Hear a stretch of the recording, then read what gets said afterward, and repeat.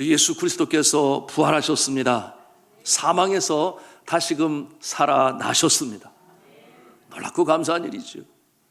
여러분, 그 시대나 지금이나 죽은 자가 다시금 생명으로 소생한다고 하는 것은, 아니 죽었다가 다시금 살아난다고 하는 것은 너무나 크고 놀라운 기적입니다. 그런데 저는 이런 질문을 해보았어요. 왜 예수님께서 부활하셨을까? 이것이 엉뚱한 질문일까요? 여러분 생각해 보십시오. 십자가의 죽으심으로 하나님께서는 그 예수의 피값을 통하여 인류를 용서하셨으니 예수님께서 그 사명을 이미 다 이루신 것입니다. 그러므로 십자가상에서 운명하실 때 그의 마지막 말씀이 어떤 말씀이었나요? 다 이루었다, 그렇게 말씀하셨어요.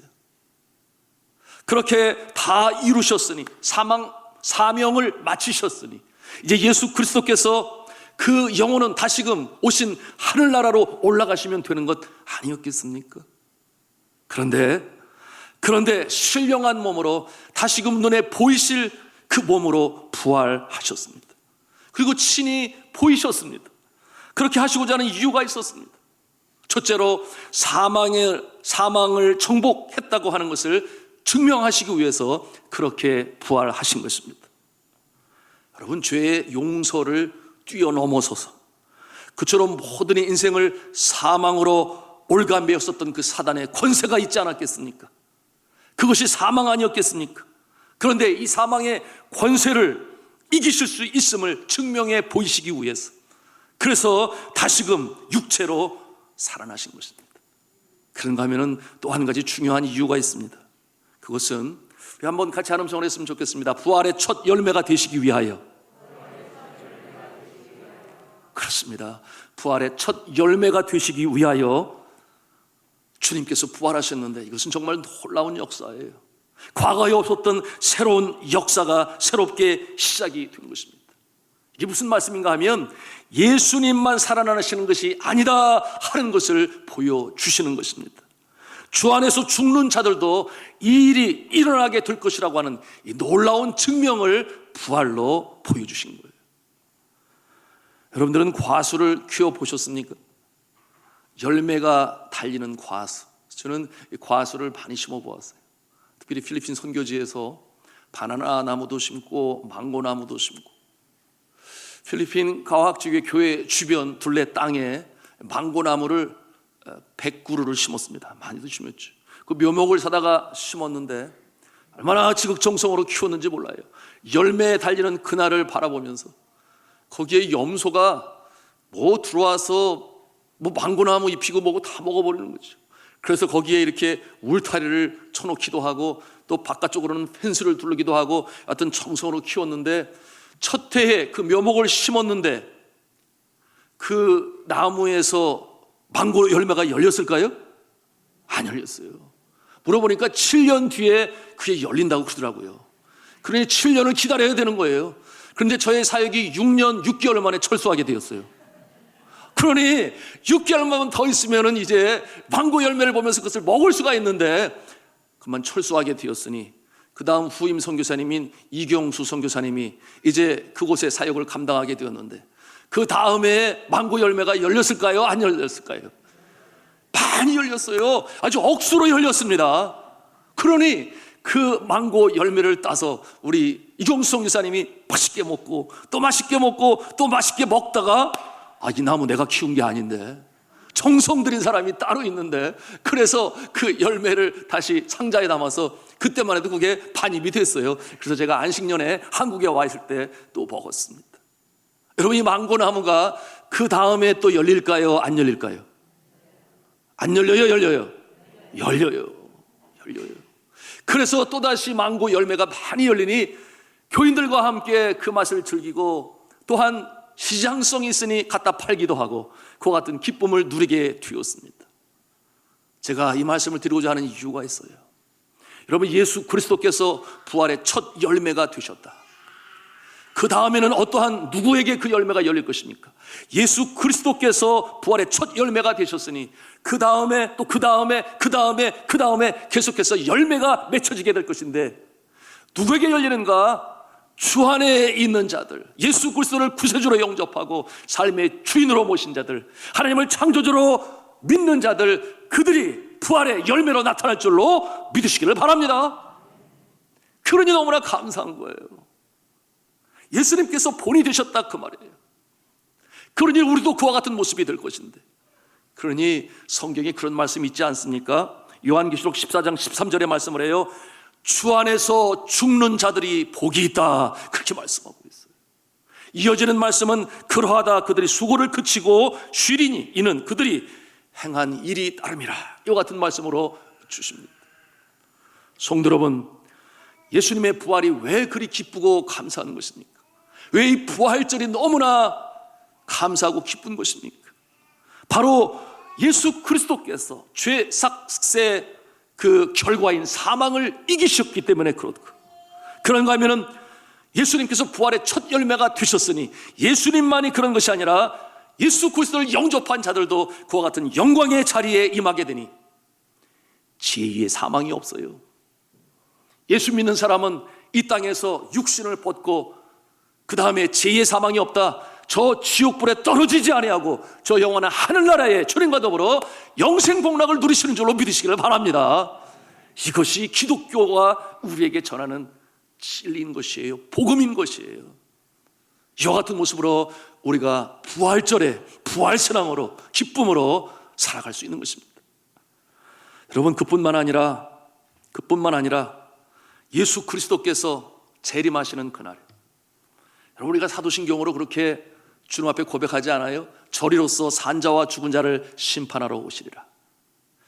만일에 우리가 이 세상을 떠나고 우리의 영혼이 저 하늘나라에 있다면 주님께서 재림하여 이 땅에 강림하실 때 우리도 천군 천사와 더불어 이 땅에 강림하게 되는 것입니다.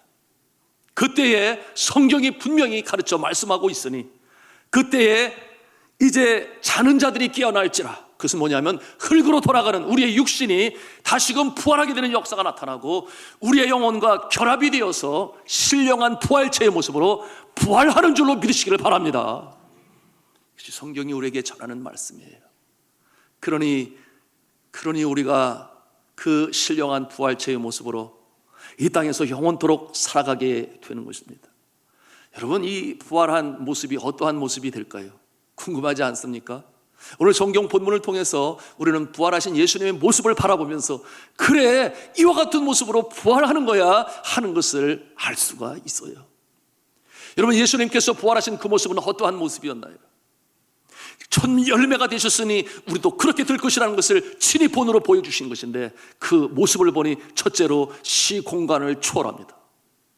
그러니 예수 그리스도께서 십자가에 달리는 그 모습을 바라보면서 두려움이 엄습하고 겁이 났어요. 우리도 잡혀가는 것이 아닌가. 그래서 저들이 다락방에 숨었다고 그랬습니다. 그런데 예수 그리스도께서 그들 가운데 호리연히 나타나십니다. 창고도 소용이 없어요. 벽이 있어도 소용이 없어요.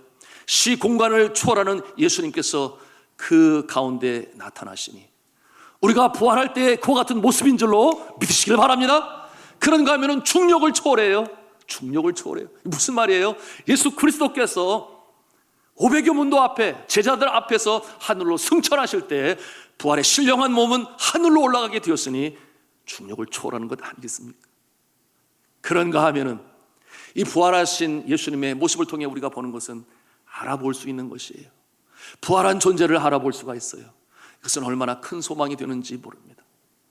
저는 하늘나라에 올라가면 제가 그처럼 그리워하는 저의 어머니를 뵙게 될 것인데, 그 어머니를 알아볼 수 있다고 하는 것이 너무나 감사하다 그 말이에요. 그러니 예수 그리스도가 부활하신 다음에 제자들에게 나타나셨을 때 의심 많은 도마가 예수님에게 그런 질문을 하지 않았어요?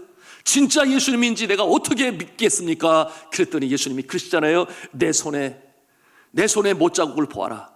그렇게 보여주셨습니다. 그런가 하면 오늘 본문에도 우리가 볼 수 있어요. 그의 사랑하시는 자가 예수를 알아봅니다.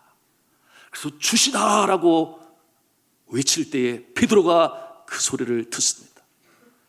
사랑하는 성도 여러분, 이처럼 신령한 부활체로 우리의 육신이 이 세상을 떠날 때 육신은 흙으로 돌아가지만 우리의 영혼은 주님 품 안에 거하게 되는 것이고, 뿐만 아니라 주님께서 이 땅에 다시금 재림하실 때 신령한 부활체로 우리의 모습이 부활하는 줄로 믿으시길 바랍니다.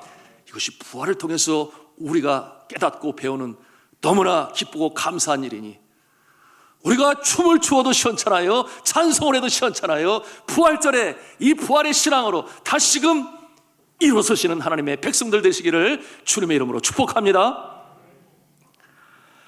자, 우리가 부활하신 이유를 알게 되었어요. 그런데 그 다음 질문으로 들어갑니다. 그런데 왜 예수님께서 그처럼 부활하신 것을 보여주셨으면 이제는 천국으로 올라가시면 좋겠는데 왜 그렇게 여러 날 동안 40일이라는 시간 동안 이 땅에 머무셨을까? 이런 질문을 우리 해보지 않을 수 없습니다. 여러분, 저 같으면 제가 젊었을 때 그런 생각을 해보았어요. 내가 예수님 같았으면 바로 승천할 거다.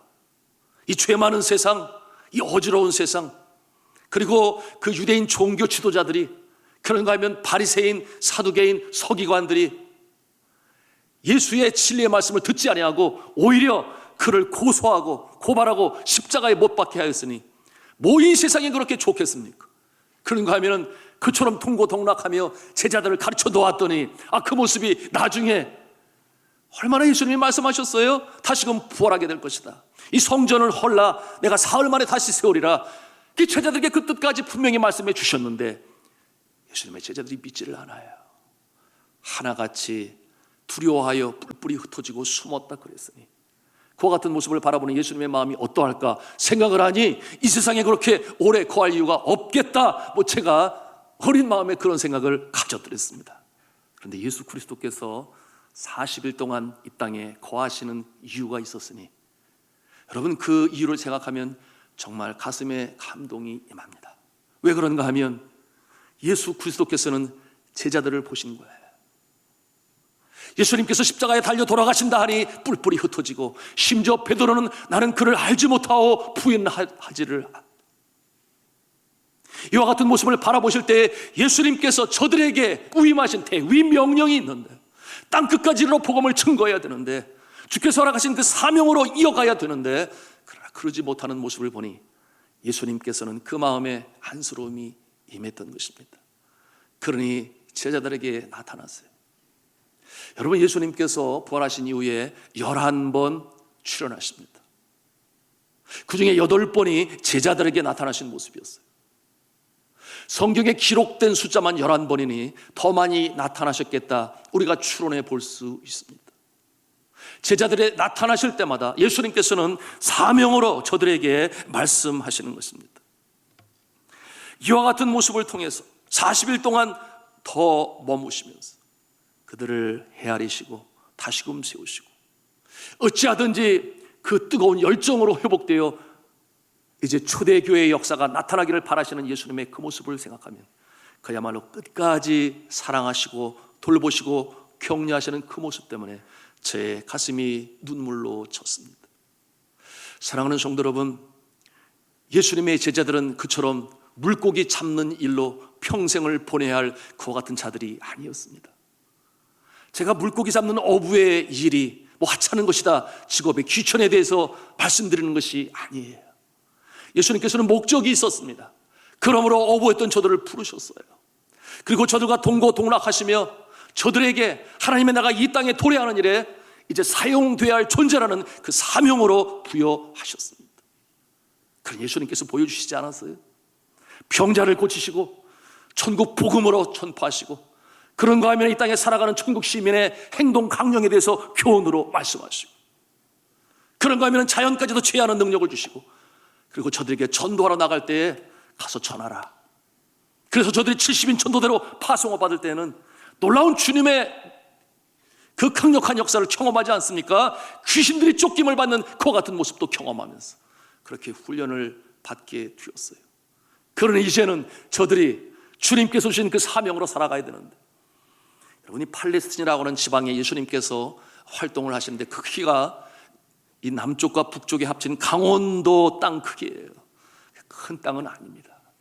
팔레스틴 지방에서 예수님께서 제자들을 가르치실 때 예수님께서는 제자들을 향하여 항상 땅끝을 바라보라고 그렇게 명령하셨습니다.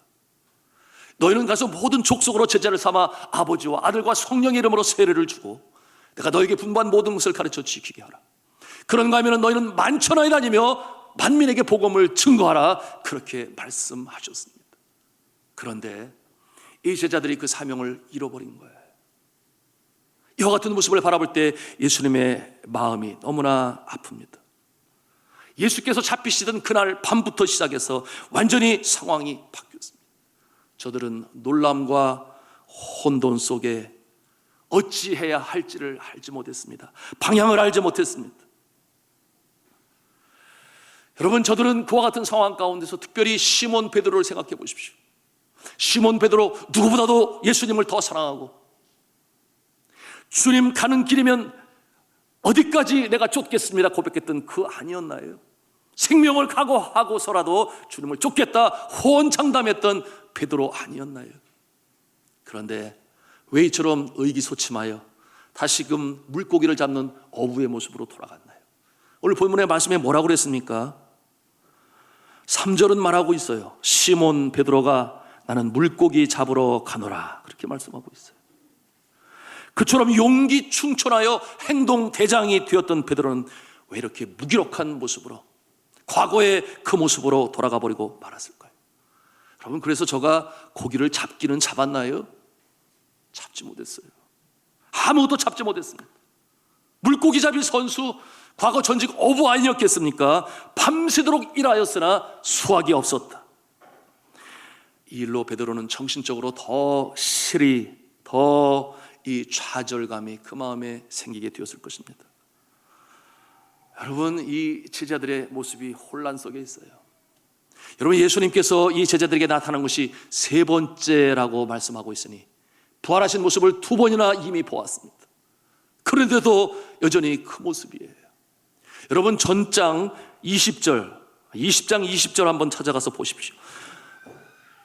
그게 뭐라고 말씀하고 있습니까? 예수님께서 손과 옆구리를 보이시니 제자들이 주를 보고 기뻐하더라, 그렇게 말씀하고 있어요.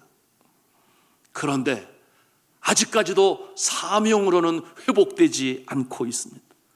일에 대한, 복음 전파에 대한 그 일을 시작하지 못하고 있어요. 여러분, 이와 같은 이유는 근본적으로 실패감 때문이었습니다. 여전히 실패감으로 남아있는 제자들, 예수님을 부인한 베드로, 그는 가장 용감하였지만 그렇지만 이 어려운 상황에 처했음을 우리가 봅니다.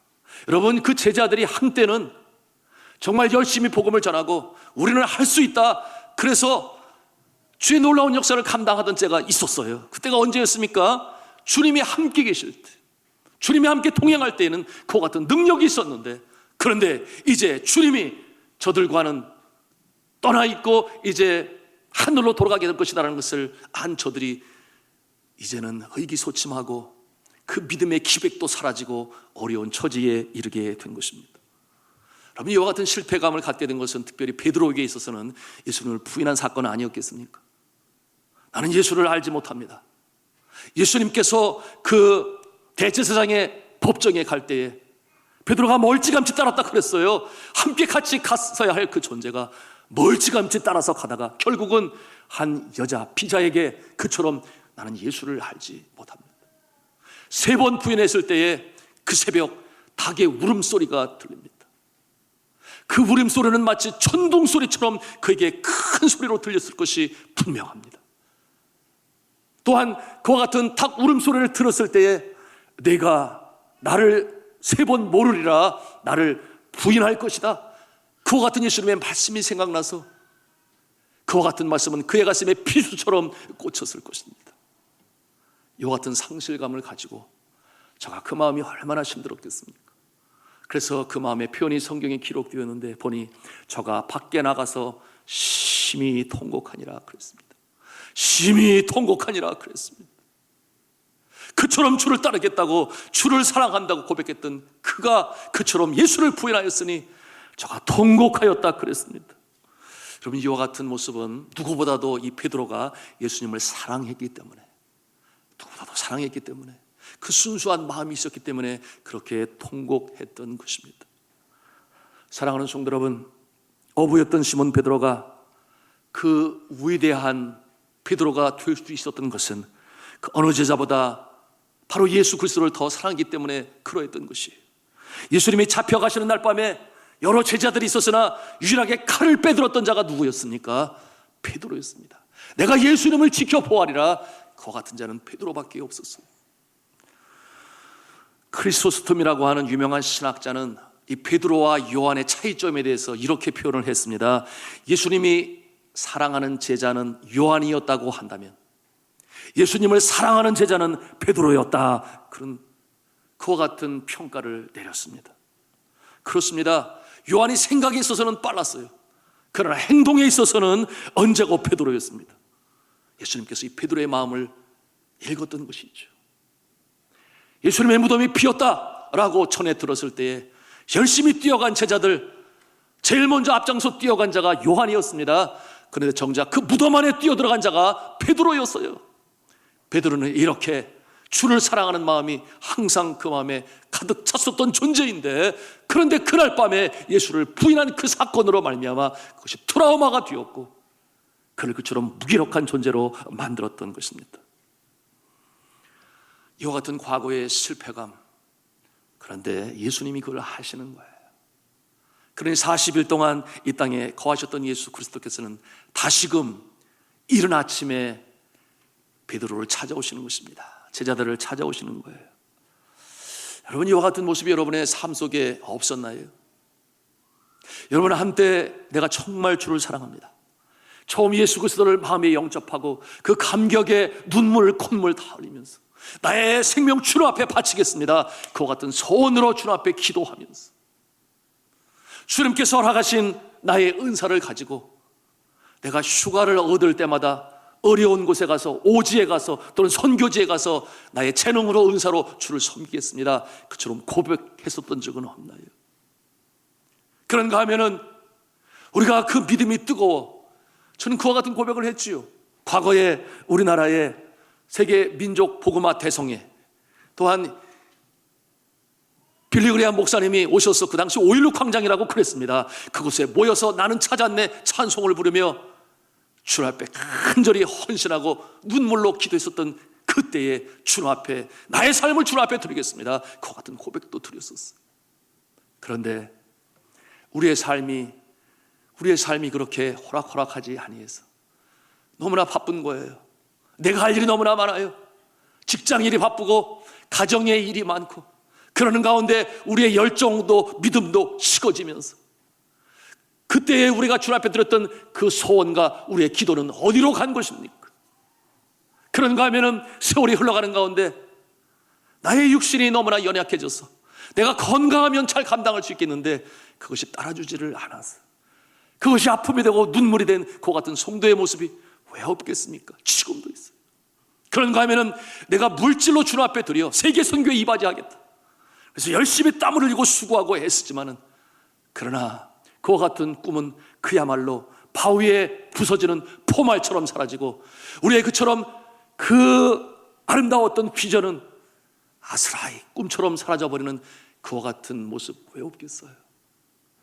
사랑하는 성도 여러분, 오늘 우리가 부활주를 맞이하고 주님께서 부활하신 모습으로 다시금 제자들에게 찾아오시는 그 모습을 바라보시면서 예수 그리스도께서 우리를 찾아오신다는 사실을 마음에 여시고 받아들이실 수 있기를 주님의 이름으로 축복합니다. 이것이 부활주일에 우리가 영적 교훈으로 받는 것이에요. 여러분, 이와 같은 모습 무엇이 필요합니까? 영적으로 재충전이 필요해요. 우리가 다시금 달리다고 영적으로 깨어날 수 있어야 합니다. 그러므로 우리의 마음에, 식어진 마음에 영적인 스파크가 일어나야 되는 거예요. 그런데 이것이 어떻게 가능합니까? 성도 여러분, 내 편에서가 아니에요.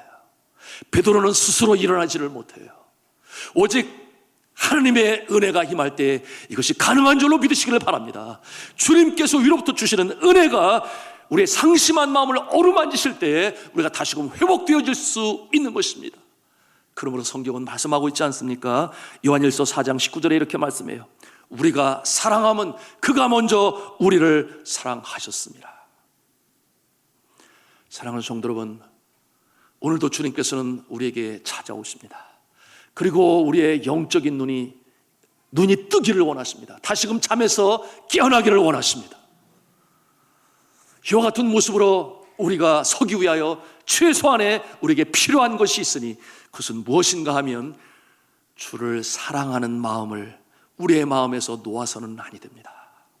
이와 같은 모습을 우리는 오늘 베드로를 통해서 발견할 수가 있는 것이에요. 여러분, 오늘 본문의 말씀으로 우리가 돌아가 보겠습니다.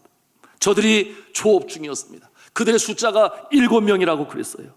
아침이 맞도록 물고기를 잡으려 했으나 잡지를 못했습니다. 이제 포기 상태입니다. 그때 저기 멀리서 해변에서 어느 누군가가 서 있는데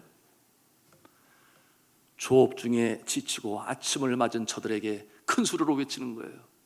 거기 고기를 잡았어! 그렇게 부르시는 거예요. 먼 곳에서 들리는 그 음성, 그 다음에 이어지는 음성이 뭐였습니까? 배의 오른편에 그물을 던지시오! 그렇게 큰 소리로 누군가가 해변에서 외치는 거예요. 그 소리를 들은 저들이 이제 그물을 오른편에 던지는데 왜 그렇게 던졌겠습니까? 천광석화 같은 생각이 그의 사랑하는 제자의 머리에 떠오릅니다. 저분은 예수님이야. 과거에도 그런 적이 있었어. 베드로에게 그물을 오른편에 던지라 하여 수많은 고기를 잡게 하셨는데 저분은 주님이 틀림이 없어 그 먼 거리에서도 요한이 깨달아 보게 된 것입니다. 그러니 옆에 있는 베드로에게 말하는 거예요. 주시다. 그렇게 말씀했습니다. 여러분, 오늘 성경 말씀에 보니까 그 거리가 있어요. 그 거리가 50간이라고 그랬습니다. 여러분, 이 50간, 그와 같은 거리는 오늘날 이 시대의 거리의 모습으로 보면 100m입니다. 여러분, 100m가 짧습니까? 무수로부터 육지로부터 그 배에 있는 거리가 100m다 그 말이에요. 그러니 큰 소리로 외칠 수밖에 없겠죠. 그리고 그 소리를 들었을 때 그물을 던지고 건지게 되니 그물이 무거워서 들을 수가 없었더라. 그와 같은 내용으로 기록하고 있으니 얼마나 놀랐겠습니까? 그 순간에 요한이 베드로에게 그와 같은 말을 하니 베드로가 어떤 모습을 갖습니까? 저는 이 모습을 상상해 볼 때 제 마음에 눈물로 젖습니다. 베드로의 행동 때문에 그래요. 주라 하시는 그 소리를 들은 베드로가 어떤 모습이었습니까? 그 물로 뛰어듭니다. 그리고 100m나 되는 그 거리를 헤엄쳐서 갑니다. 어차피 배가 갈 것인데 배가 뒤에서 쫓아오는데 베드로는 헤엄을 쳐서 가고 있어요. 그때 베드로는 외치는 것입니다. 주여, 떠나지 마시고 거기에 계세요. 내가 주님 앞에 나아갑니다. 그와 같은 마음을 가지고 주님에게 헤엄쳐 가고 있는 베드로의 모습. 여러분, 근데 이 베드로가 주라고 하는 그 소리를 들었을 때 자신의 몸은 어떤 모습이었으니 벗은 몸이었다 그랬어요. 결국 아래 정도 이렇게 가리고 일을 했겠지요. 덮기도 했겠지요. 그런데 예수라는 그 소리를 듣고 저가 어떻게 합니까? 저가 겉옷을 둘렀다 그랬어요. 여러분, 오늘 말씀 7절 말씀을 같이 읽도록 하겠습니다. 시작. 예수께서 사랑하시는 그 제자가 베드로에게 이르되 주님이시라 하니 시몬 베드로가 벗고 있다가 주님이라 하는 말을 듣고 겉옷을 두른 후에 바다로 뛰어 내리더라. 아멘. 여러분, 겉옷을 몸에 두르고 뛰어 내렸으니 예의를 지키기 위해서 그렇게 하였지만 그 겉옷이 물에 젖으니 얼마나 무겁겠어요. 그럼에도 불구하고 주님 앞에 나아가는 베드로의 모습, 그 마음에는 여러 가지 생각이 겹쳤을 것입니다. 한편으로는 너무나 송구스러운 죄송스러운 마음, 그리고 또 한편으로는 어떤 마음이겠습니까? 주님, 제가 이대로는 살 수 없습니다. 주님의 은혜가 필요합니다. 주님의 능력이 필요합니다. 다시금 사명으로 서기를 원합니다. 그러니 주님, 떠나지 마세요. 제가 갑니다. 그러면서 헤엄을 치고 그곳에 다가가고 있는 이 베드로의 모습, 이 모습을 생각하면 정말 제 마음이 감동으로 젖습니다. 사랑하는 성도 여러분, 이 모습을 바라보는 예수님의 마음은 어떠하셨을까요? 그래, 내가 알아. 내가 너를 알아. 3년 동안 함께 있으면서 내가 너를 알아.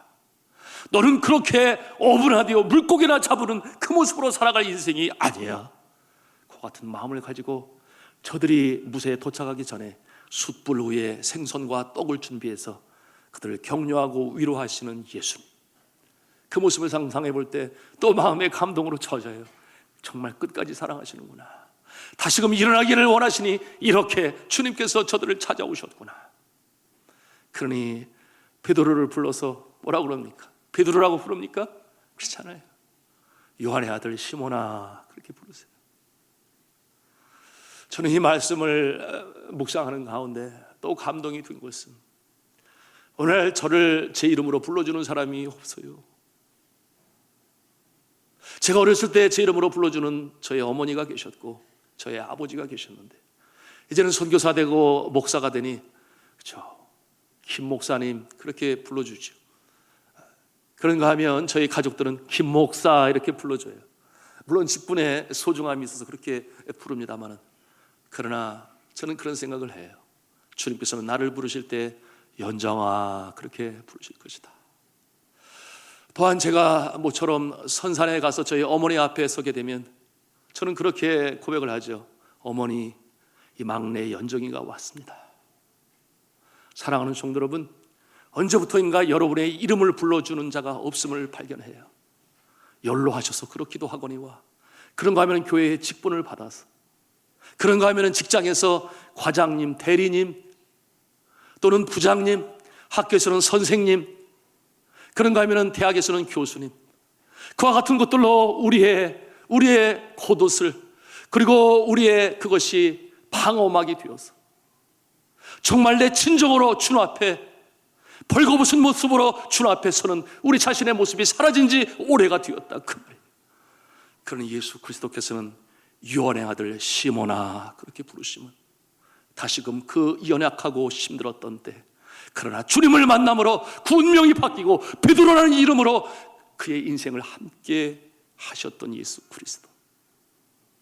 사랑하는 성도 여러분, 이 부활주일에 다시 한번 주님 앞에 여러분의 마음을 내어놓으시기를 바랍니다. 주님밖에 우리를 세우실 분이 없습니다. 그러므로 주님과 더불어 다시금 일어서셔서 부활의 신앙으로 어려운 때를 이겨나가시는, 다시금 사명으로 전진해 나가시는, 그러므로 주님께서 나가시는 일터에서, 가정에서, 그리고 이 교회에서 하나님의 영광을 나타낼 수 있는 복된 인생으로 살아가시기를 저는 주님의 이름으로 축원합니다.